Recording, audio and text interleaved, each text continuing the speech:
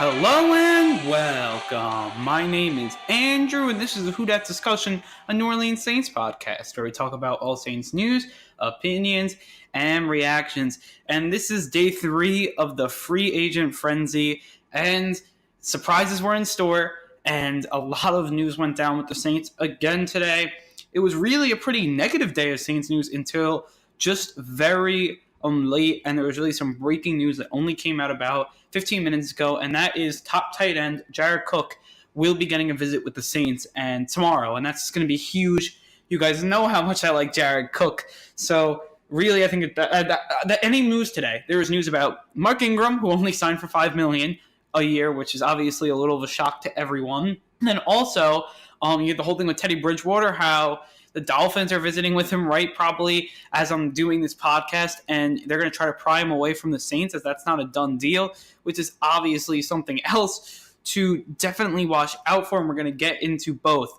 But to me, it's about breaking news that Jared Cook is going to visit with the Saints. We all know that this is still a rumor, like he may not go to the Saints, but this is huge. Do not let him leave New Orleans.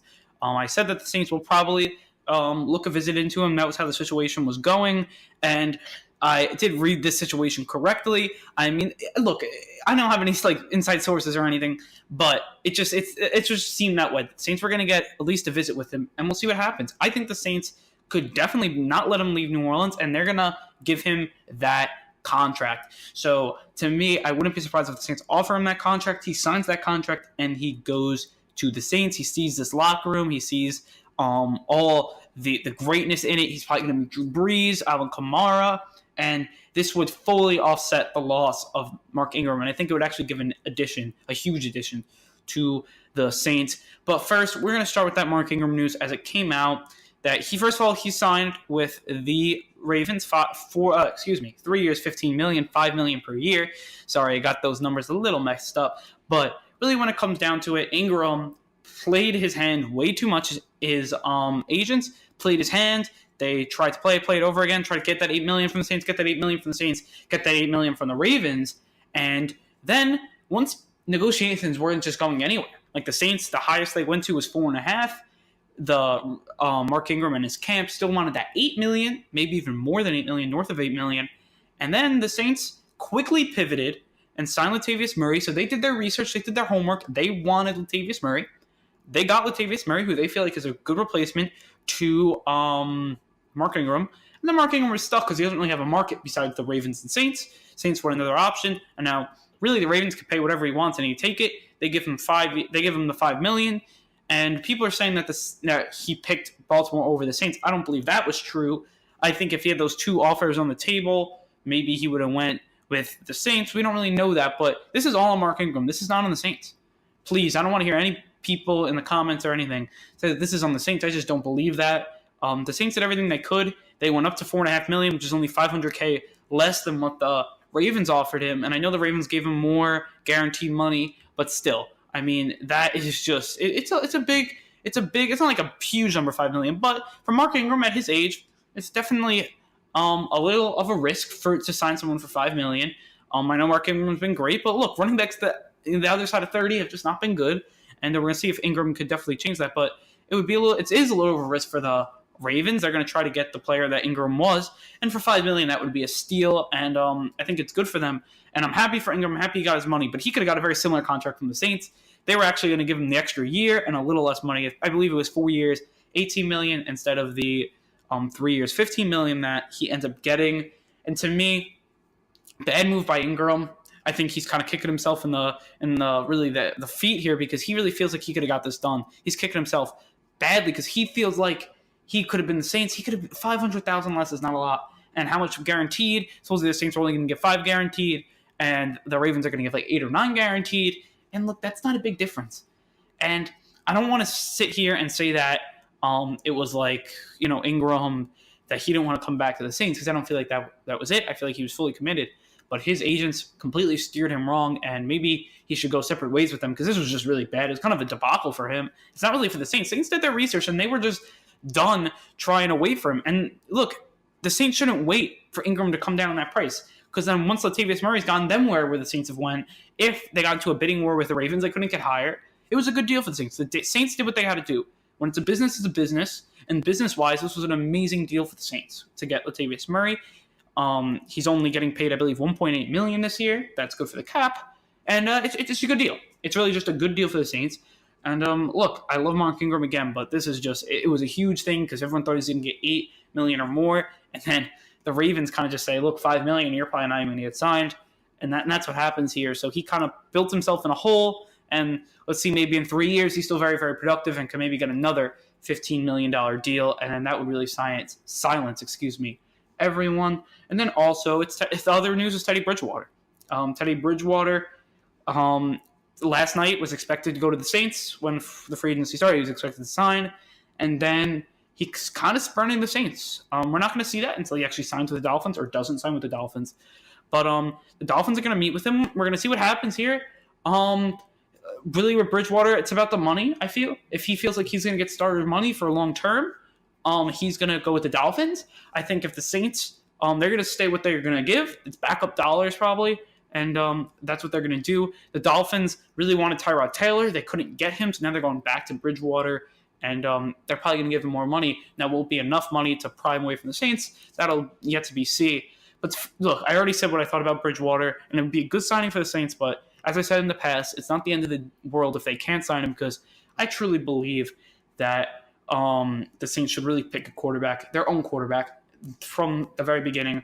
Groom him the way he wants. Sean Payton's really never done that. Maybe he's not very good at that. Maybe he wants to get a QB that in free agency and then he groom him that way. And then maybe you get a player like Teddy Bridgewater. Maybe you go after Ryan Tannehill that the Dolphins are looking to trade. So maybe if the Saints went out and didn't sign Bridgewater, they go out and try to trade for Tannehill or get Tannehill if he gets cut. And then that would probably be a fine replacement of Bridgewater. Actually, Tannehill, everyone does not like Ryan Tannehill, but Ryan Tannehill actually has a better passer rating than Teddy Bridgewater. So that is a definitely a fun fact there. Very interesting. And to me, the quarterbacks, Ryan Tannehill had some great years. Not great, but good. And he just gets injured a lot. Man, if he stood healthy, he'd be a pretty good QB. I mean, I believe with Adam Gase, his record in his last 16 games is something like 11-5 or 12-4. He's pretty good. You may not want to think that the Dolphins are very, very good, but with Tannehill, they played. I mean, they were 3-0 with Tannehill this year. The backup started getting in, and it just wasn't a good enough job by the Dolphins to, get into the playoffs here because he got hurt mid-year. But definitely something to look at. Tannehill, I think, he can, if he's healthy, I think he's definitely underrated. A lot of people, I think he gets a bad rap because he got a lot of money, maybe when he wasn't supposed to, but as a backup, he's a great backup, number one. Number two, if you want to replace him with Drew Brees, I wouldn't. But look, people are saying to do that with Teddy Bridgewater as well. And when you look at the career stats, they're very similar. So I wouldn't be surprised if they, don't get Bridgewater, that they go on the avenue of Ryan Tannehill, Jeff Ireland, the Saints assistant GM, really that right-hand man for Mickey Loomis. He drafted Ryan Tannehill when he was with the Dolphins. So I could definitely see that happening there. But that's just what I feel. If I was the Saints, I would probably let both go and maybe sign Tannehill to a one-year deal or something, and then you draft QB in 2020. I think that's what the Saints should do with Jake Fromm. I really like Jake Fromm, so I'd be happy if they get him. But if you want to go Bridgewater, I'm fine with giving Bridgewater that long-term deal. I mean, it's not the thing that I would do, but look, I'm not the GM. So I'd be fine. I wouldn't be a bad option, in my opinion, if they got Bridgewater, because I think they can still win with Bridgewater. And I think they can win, long-term. It's just going to take a little more than what it takes for Drew Brees. But he has had times where he's an elite QB. He's shown little flashes. He's also showed some flashes where he's a really bad QB. So I think we're just going to have to look on that. And then also we started with this news, and I think we're just going to finish up. Jared Cook will be visiting the Saints. He also had little ties to the Patriots, but he's not going to visit with the Patriots yet. And then this is really the only visit he has right now. So let's see what happens. Maybe the Patriots, they were going to look at him if Gronk didn't come back, but I mean, maybe Gronk is coming back now, and they've kind of went away from that. So I wouldn't be surprised if the Saints could get this Jared Cook deal done. Maybe not. Maybe visit is and just he wants to stick back, but do not let him leave New Orleans. If I'm the Saints, give him his contract, give him the money he wants, and let's get this deal done. I'm not going to go fully into his analysis. I have a film study out on him and other free agent tight ends. One already was signed, and Jesse James. He was the one I like least. So to me, you guys definitely look at that. I think that would be. It's a good gauge what I think about Jared Cook. He's a really good player, really good route runner, really good blocker, and he's a really good going up for the ball, really good high point trajectory. He's a good player, and I really do think the Saints would get a lot better with him, especially with that offense. I think he's going to be a better version of Ben Watson, a much better version of Ben Watson, but he does very similar things to Ben Watson. But yeah, I think he just does it much better. That's what I feel about Jared Cook. But otherwise, the Saints will be bringing in Ziggy Ansah as well. Either tomorrow, maybe they'll bring him in with Jared Cook, or maybe they'll bring him in Thursday. But right now, Jared Cook's set for tomorrow, and Ziggy Ansah will visit with the Saints. It just hasn't been announced when. Maybe it'll be tomorrow with Cook, maybe a day later. But I would look out for that too, because he's only visiting 2 teams. The other one being the Bills, which is, I think, a less intriguing option for him probably. But look, that's what I feel here.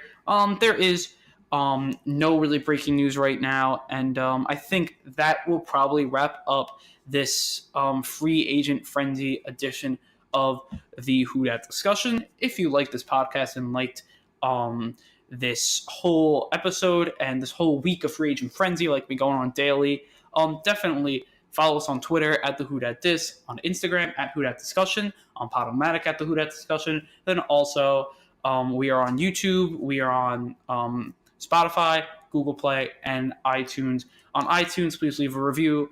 All that stuff is great, because if you guys can give us those 5-star reviews, we can make more content. And also on YouTube, please hit that thumbs up button, comment, hit the notification bell, and definitely subscribe there. And just look, it's been great talking to you guys in the comments, really everywhere. And I can't wait to do that some more. So with all that said, I want to say thank you, prove them right, and Who Dat?